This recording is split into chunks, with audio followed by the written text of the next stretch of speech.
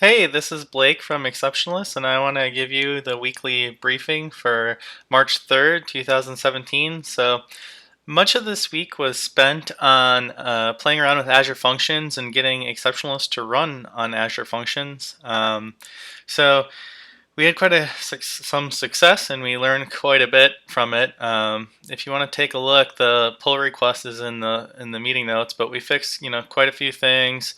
We learned quite a bit about how Azure Functions run on top of web jobs. We also learned about scheduling and parameters, and a bunch of nitty gritty stuff. Um, we ended up reverting this change because we did felt like it didn't add any value and just added more abstractions and kind of complexity on top of our existing web jobs, and it didn't solve the problem where some queue items are getting behind. um, but it did narrow out that it's not our job host causing it, because we'd be running on their job host for queue processing. And so we've narrowed out quite a few things on why the queue is getting behind. Uh, and this is kind of one snapshot into the UI that we had. So we were, by default, they dequeue 16 entries from the Azure storage queue, and then they process those. They schedule them out, and you can kind of see like some of them just randomly are taking a long time. So we reverted um, after we found that it didn't solve the problem, and we added a ton more metrics, which I want to show a live demo with the metrics dashboard next week.